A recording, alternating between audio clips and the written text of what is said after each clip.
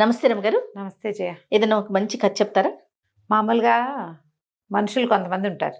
అమ్మ పెట్టదు, అడుక్కు తిననివ్వదు, ఇలాగుంటారు. అక్కడి నుంచి మనమేం చెయ్యం, కానీ అవతల వాళ్ళు బాగుపడితే ఓర్చుకోలేం. మన వంతు సహాయం చిన్న చిన్న సహాయాలు కూడా చెయ్యరు. ఇందులో అక్క చెల్లి అన్న తమ్ములు కూడా ఉంటారు జయ, మనకు తెలీదు. ఎందుకంటే ఆ ప్రపంచంలో లేం మనం, నిజంగా జయ. ఆ ప్రపంచంలో లేము, అలాంటి వార్తలు వినము. మన మన భగవంతుడు మనకిచ్చిన అదృష్టాలలో పరమాదృష్టం ఏంటంటే మనతో ఉన్నవాళ్ళు మన కిందకి లాగే వాళ్ళు ఎవరు లేరు జయ. మన అదృష్టం అంతే రమ్మగారు. పెట్టి పుట్టాం నిజంగా మనం అన్ని రకాలుగా. వాళ్ళే మన పైకి దోసి ఇంకా కొంచెం పైన నుంచోబెట్టడానికి ట్రై చేస్తారు, కానీ కాలు పుచ్చుకు గుంజేసే వాళ్ళు ఉన్న సమాజాన్ని మనం కేవలం మన అదృష్టం కొద్దీ కథల్లో వింటాం, ఎక్కడైనా బయట ప్రపంచంలో తెలుసుకుంటాం. ఆ విషయంలో మీ ఇంట్లో చివరి పుట్టిన నువ్వు, మా ఇంట్లో చివరి పుట్టిన నేను పరమాదృష్టవంతులం. మామూలుగా కాదు రమ్మగారు. నిజంగా నేను భగవంతుడికి కొన్ని లక్షల నమస్కారాలు చేసుకుంటాను జయ. ఆ విషయంలో ఇంత చక్కటి కుటుంబాన్ని ఇచ్చినందుకు నిజంగా ఎంత అదృష్టవంతులము. కానీ నేను వింటాను జయ. మీరు ఎక్కువ వింటారు కదా రమ్మగారు, కాబట్టి మీకు అంత కొత్తగా అనిపించదు. నాకు నేను మీ ద్వారానే వింటా. అవును, చాలా ఆశ్చర్యం అనిపిస్తా ఉంటది నాకు. ఇట్లా ఉన్నారా బా, ఇట్లా కూడా ఉంటున్నారా, ఇంకా ఉన్నారా రమ్మగారు అని అడుగుతా మిమ్మల్ని ప్రతి విషయాన్ని. ఎప్పుడు ఉంటారమ్మా. అన్నదమ్ముల్లో రెండో వాడో మూడో వాడో బాగుపడితే ఓర్చుకోలేని వాళ్ళు,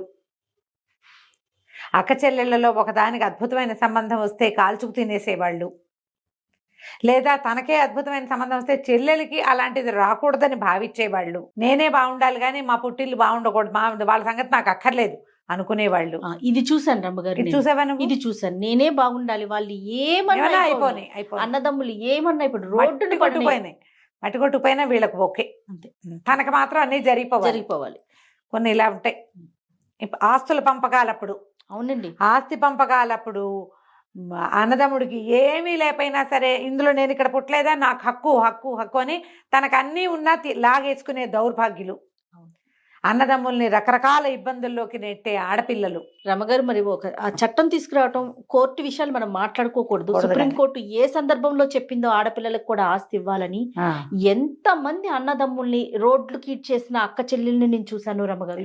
కోర్టు కేసులు చూస్తున్నావు, కోర్టు కేసులు ఎంత మందిని చూస్తున్నాను. అవును, ఎప్పుడో పెళ్లి అయిపోయి అన్ని చేయించుకుని పిల్లలు కూడా పెళ్లి వయసుకు వచ్చేసి వాళ్ళకు కూడా పెళ్లి చేస్తావు, కానీ నీ పుట్టింటోళ్ళు నీకు మళ్ళీ తల్లిదండ్రులు ఉండరు, తమ్ముళ్ళే అన్నదమ్ముల్ని రోడ్డు నుంచోబెట్టి అక్క చెల్లెల్ని చాలా మంది చూస్తున్నాను. ఇప్పుడు సమాజం అంతా అలాంటి వాళ్ళే ఎక్కువ కనపడుతున్నారమ్మా. అన్నదమ్ములు ఏమైపోయినా పర్వాలేదు, నాకు అమ్మా నాన్న లేరే, పుట్టిల్లు అంటే వాళ్ళే పొద్దున చూడాల్సింది ఇంగితం ఏముండట్లేదండి. వాళ్ళకి ఉండదు, వాళ్ళకి పిల్లలకి ఉండదు అసలు. కాదమ్మా, వీళ్ళకే లేకపోతే ఆ మొగుళ్ళకో పిల్లలకో ఎందుకు వస్తుంది? కరెక్ట్ చెప్పారు, ఉండదు కదా. ఇప్పుడు వాళ్ళకి వీళ్ళకి లేదనుకో జయ, ఆడపిల్లలకి ఇప్పుడు అలాగూ ఉంది. ఏమీ లేని ఆడపిల్లలకి చచ్చినా ఏమీ ఇవ్వకూడదు అనుకునే దౌర్భాగ్యపు అన్నయ్యలు మనకు ఒక్కతే కదా తోబుట్టువు, దీన్ని చూసుకుందాం అది లేదు అని వాళ్ళు అనుకోరు, వాళ్ళ పెళ్ళాలు అనుకోరు. అటు ఇటు కూడా జయ, నిజంగా దౌర్భాగ్యపు సమాజంలోకి వచ్చేసాం మనం. ఇది వరకు ఏళ్ల తరబడి అక్క చెల్లెల్ని వాళ్ళని చూసుకునే అన్నదమ్ములకు మనకు తెలుసు, మన సమాజంలోనే చాలా మంది మనకు ఓన్ ఫ్యామిలీస్ లో కూడా కనపడతారు. ఇప్పుడు అది లేదు, ఇది లేదు. నువ్వెవరో నేనెవరో, ఏ గొడవ అయినా సరే అన్నయ్యే సారీ చెప్పాలి, వీళ్ళే గొడవ మొదలు పెడతారు. ఆ వదినే సారీ చెప్పాలి, కాపురాలు చేసుకొనివ్వరు. అలాంటి వాళ్ళు ఉంటారు.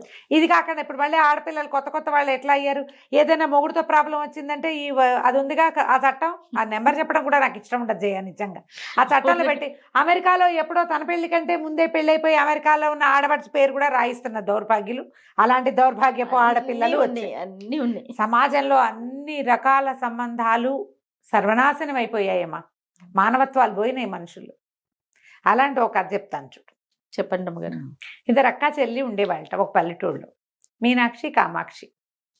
మీనాక్షికి మంచి కలిగిన సంబంధం చేశాడు తండ్రి, కొంత ఆస్తి కూడా ఇచ్చాడు. కామాక్షి పెళ్లి నాటికి అక్క చెల్లికి ఒక 9 ఏళ్ళో 8 ఏళ్ళో 10 ఏళ్ళో వారుంది. కామాక్షి పెళ్లి నాటికి కాటకం వచ్చి వీళ్ళ పొలాలన్నీ బీడు భూములు అయిపోయినాయి. ఆ అమ్మాయికి పెళ్లి చేయటమే కష్టమయ్యి తండ్రి ఏదో నిరుపేద ఒక మగపిల్లాడు ఒకడు దొరికాడు చాలేని కామాక్షికి ఇచ్చి పెళ్లి చేసేసాడు. మీనాక్షి పెళ్లికి వచ్చింది, చూసి వెళ్ళిపోయింది అంతే.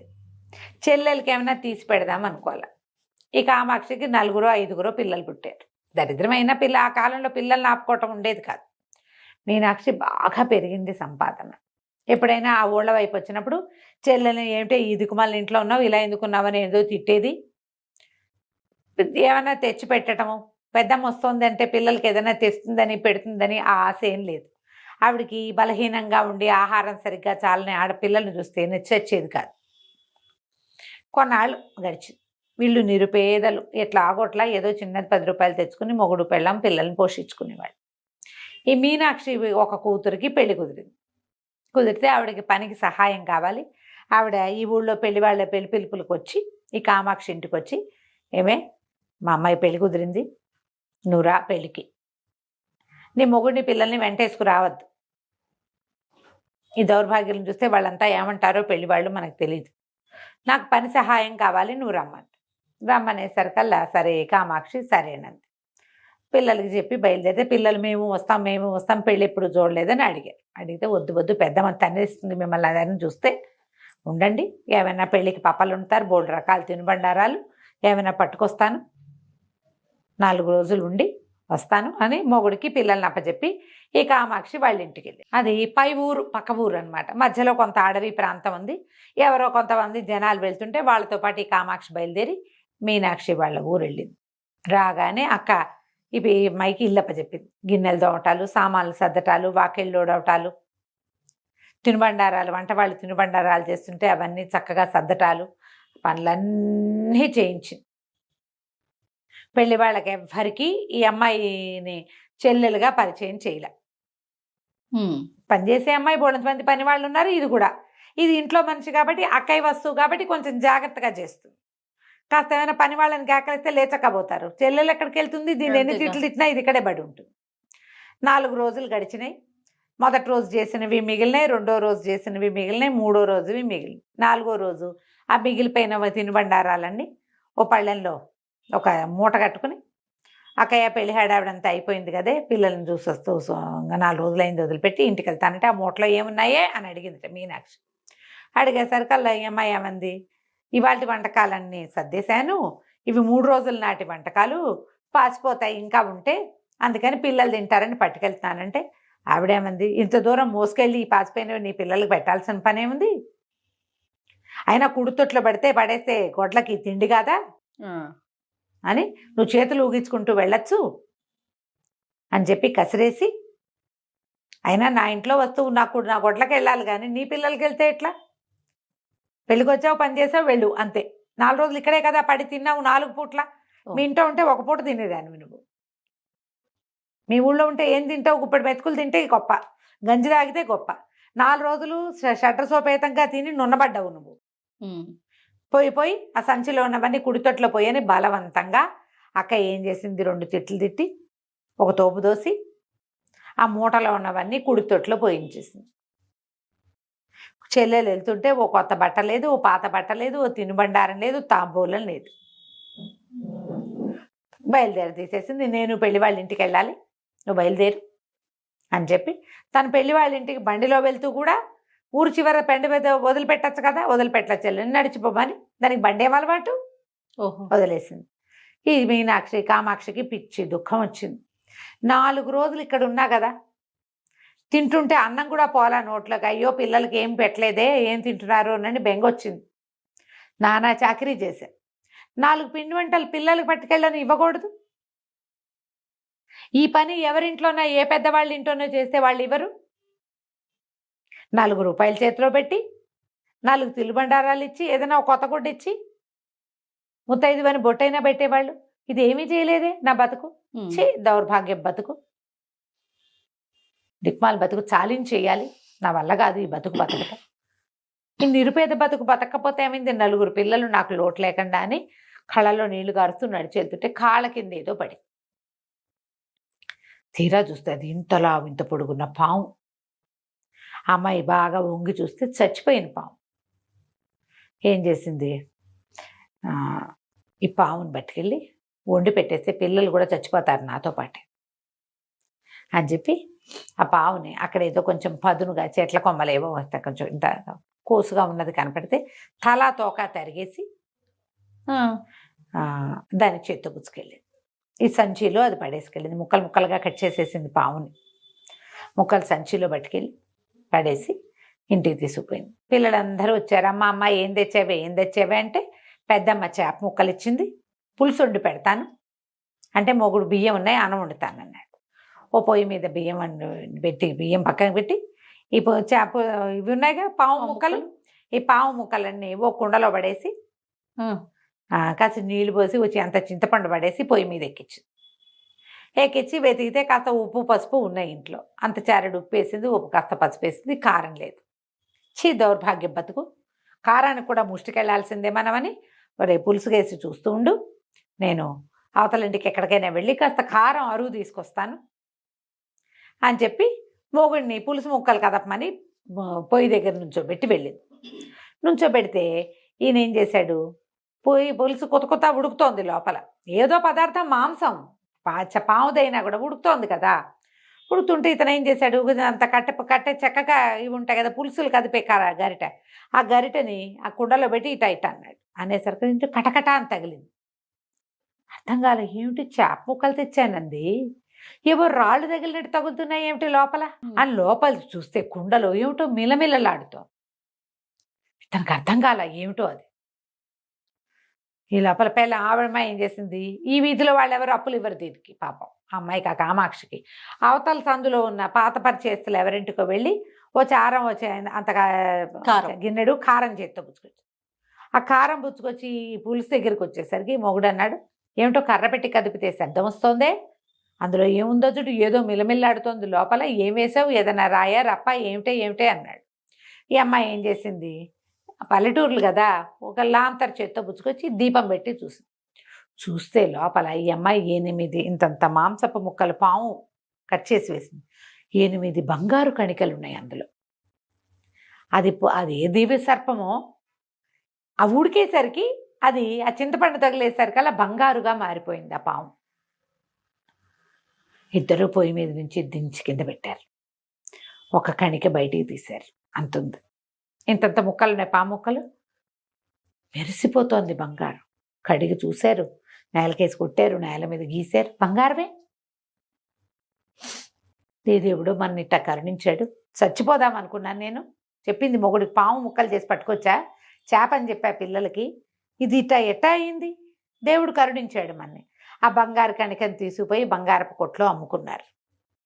మేలిం బంగారం 24 క్యారెట్లు, ఒక్క ముక్క బోల్డ్ డబ్బు వచ్చింది. సరే ఏం చేశారు, ఇల్లుంది వాళ్ళకు పాతది, ఇంట్లో సామాన్లు తెచ్చేశారు, ఓ 2 బస్తాలు బియ్యం వేసుకున్నారు, కాస్త కందిపప్పు వేసుకున్నారు, సామాన్లు కొనుక్కొచ్చేసారు. పక్కిళ్ళ వాళ్ళు అంటున్నారు, ఏమిటి సడన్గా వీళ్ళ ఇంటికి కళ్ళొచ్చింది, ఇంట్లో నుంచి పులుసు కూర వాసన వస్తున్నాయి. సాయంకాలం మర్నాడు వెళ్ళి పొద్దున్నే ఆ కుండపాలంగా మూత పెట్టి పక్కకు పెట్టేశారు. పిల్లలకి బట్టలు కొనుక్కొచ్చుకుంది, తను మంచి 4 చీరలు తెచ్చుకుంది. చుట్టుపక్కల వాళ్ళందరూ ఏమనుకున్నారు, అక్కయ్య కూతురు పెళ్ళికి వెళ్ళింది, అక్క ఏదో దీనికి సహాయం చేసింది, అందుకని వీళ్ళకి వడ్లు వచ్చినాయి, బియ్యం వచ్చినాయి, పప్పులు ఉప్పులు వచ్చినాయి, పిల్లలకి బట్టలు వచ్చినాయి, ఇల్లు వాకిలి శుభ్రంగా ఉన్నాయి. నీకు ఆహారం కడుపు నిండా వెళ్ళిందంటే ఇల్లు ఆటోమేటిక్గా కళ వచ్చేస్తుంది. అంతేగా, అన్నమే కదా ఇంటికి కళ. 2, 3, 4 రోజులు గడిచినాయి. ఊళ్ళో వాళ్ళు ఒకళ్ళుగా చెప్పుకోవటం మొదలుపెట్టారు. కామాక్షికి కలిసి వచ్చింది, వాళ్ళకి ఏదో డబ్బు సహాయం చేసింది. వీళ్ళు ఏం చేశారు, వారం గడిచేసరికల్లా ఇంటికి సున్నం వేసుకుందామని సున్నాలు వేసుకోవటం మొదలుపెట్టారు. డబ్బులున్నాయి మరి వాళ్ళ దగ్గర. ఎప్పుడైతే ఇంటికి సున్నం వేసిందో, ఈ ఊళ్ళో బండి వేసుకుని వెళ్ళిన ఒక పెద్ద మనిషి ఎవరో మీనాక్షికి చెప్పాడు, మీ చెల్లెలు ఇంటికి సున్నాలు వేసుకుంటుంది, నువ్వేదో ధన సహాయం చేసావు. ఆనంగానే లబలబలాడిపోయింది మీనాక్షి, నేను పావలా ఇవ్వలా, ఇది ఎట్టా వేసుకుంటోంది అంటే మా ఇంట్లో నుంచి ఏదో కొట్టేసింది అనమాట. ఇల్లంతా వెతుక్కుంది, ఏమీ కనపడలా, అన్ని వస్తువులు మన దగ్గరే ఉన్నాయి, కానీ చెల్లెలకు కలిసి వచ్చింది అంటే అది నాదే. ఆ ఊరెళ్ళి వారం తిరగానే ఆ ఊరెళ్ళి అక్కడున్న న్యాయాధికారికి ఫిర్యాదు చేసింది, మా చెల్లెలు సడన్గా బాగుపడింది, నేనేం సహాయం చేయలేదు, మా ఇంట్లో నుంచి ఏదో కొట్టేసింది, ఏం కొట్టేసిందో కూడా మాకు అజరాకుండా చేసింది, దానికి అష్ట తెలివులు ఉన్నాయి, ఇన్నాళ్ళు నంగిలా ఉంది, ముంగుమొహం వేసుకుని ఉండేది, ఏదో కొట్టేసింది, నాకు న్యాయం చేయండి, నాకు కొట్టేసిన వస్తువు నాకు ఇప్పించాలి అని. ఇల్లంతా వెతికినా ఏం కొట్టేసిందో తెలియలా. సరే న్యాయాధికారి వీళ్ళింటికి సామాన్లు పంపించాడు. మొగుడు పెళ్ళాం ఇద్దరు వెళ్ళారు. వెళ్ళేసరికి ఆయన అడిగాడు, ఏమమ్మాయి నీకు ఎట్ట కలిసి వచ్చింది, మీ అక్క నేనేమి ఇవ్వలేదంటుంది. అంటే ఈ అమ్మాయి ఏం చేసింది, అయ్యా నేనేం చేయనండి, మా అక్కయ్య నాకేమి ఇవ్వలేదు, నన్ను ఇట్లా చేసింది, ముత్తైదు బిడ్డనండి నాకు కొన్ని మొహాన్ని బొట్టైనా పెట్టలేదు, తిరిగి వస్తుంటే ఒక పెద్ద పాము కనపడింది, దాన్ని ముక్కలు చేసా, పొయ్యి మీద పెట్టా, బంగారం అయింది అనేసరికల్లా ఆవిడ ఒప్పుకోలే, ఇది అబద్ధాలు చెప్తోంది, సాక్ష్యం చూపించమనండి అనగానే ఈ అమ్మాయి ఏం చేసింది, కుండ మూలు పెట్టి దాచుకున్నారుగా పులుసు మా పాము ముక్కలు ఉన్నది, కుండ తీసుకొచ్చి న్యాయాధికారికి చూపించేసరికల్లా ఆ కుండని ఎదురుగుండా పెట్టి న్యాయాధికారి అంటే, అమ్మ నీదైతే కుండలో చేయబెట్టి నీ వస్తువు నువ్వు తీసుకో, నా బంగారమే తెచ్చి అది కరగేసి పాము అని అబద్ధం చెప్తోంది అంటుంది అక్క. కుండలో చేపెట్టేసరికల్లా బుస్సుమని లేచింది పాము లోపల నుంచి, బుస్సుమంది, చచ్చిపోయారు జనాలు.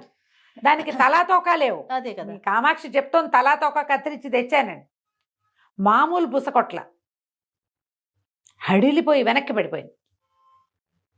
ఈయన న్యాయాధికారికి అర్థం కాల, అమ్మాయి కామాక్షి నువ్వు తీసుకోమ్మా, అందులో నుంచి ఏం వస్తువు ఉందో, నువ్వు బంగారు కణకని కరగబెట్టానన్నావు కదా అంటే, ఆ కామాక్షి దానికి ఏం భయం, ఆల్రెడీ తీసిందిగా, చేయబెట్టి బంగారు కణక బయటికి తీసి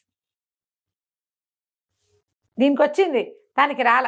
అది న్యాయాధికారి నాడు ఇందులో నీదేం లేదు, నువ్వు వెళ్ళిపో, ఈరోజు ఇంకోసారి ఇట్లాంటి చేస్తే మర్యాదగా ఉండదు, వెళ్ళిపోమన్నారు. ఊళ్ళో వాళ్ళంతా కామాక్షిని మెచ్చుకున్నారు. ఇప్పుడు అక్కడ అక్క దగ్గర తనకి రూపాయి ముట్టకపోతే, తనకు ఒక్క తిండి వంట కూడా రాకపోతే, ఇంకోతైతే ఏదైనా తీసుకొచ్చేసాను అక్క ఇంటి నుంచి. అది చచ్చిపోదాం అనుకున్నందుకు భగవంతుడు ఈ అమ్మాయికి మేలు చేశాడు, అంతేగా. అంతే, అందరు చెప్పుకున్నారు అది పిశాచం, అక్క కాదు అది, కనీసం పిండి వంట కూడా. ఈ కథ అంతా బయటకు వచ్చేసింది, నేనేమి ఇవ్వలేదండి అక్క, నా చేత్తో నేనేమి ఇవ్వలేదని అందరి ముందే ఒప్పుకుంది. ఇప్పుడు కామాక్షి మా అక్కయ్య నాకేం పెట్టలేదంటే, ఏదో పెట్టే ఉంటుంది, ఊరికే 10 స్వీట్లైనా ఇవ్వకుండా ఎందుకుంటారమ్మా, మరీ విడ్డూరంగా చెప్తుంది అనుకుంటాం. అవును, నేనేమి ఇవ్వలేదు అని అవతల వాళ్ళే ఓపెన్గా చెప్పినప్పుడు ఇక తెలిసిపోయిందిగా. ఇక ఏనాడు మీనాక్షి ఈ ఊళ్ళోకి రాలా. కామాక్షి మాత్రం శుభ్రంగా తమకి భగవంతుడు అనుగ్రహించిన ఆ బంగారాన్ని నమ్ముకుని పిల్లల్ని వృద్ధిలోకి తెచ్చుకుంది, వ్యాపారం పెట్టుకున్నారు, హాయిగా వాళ్ళ జీవితాలు వెళ్ళిపోయినాయి. కథ కంచికి మనం ఇంటి. ఎంత బాగుందో రమ్మ గారు. నమస్తే. నమస్తే.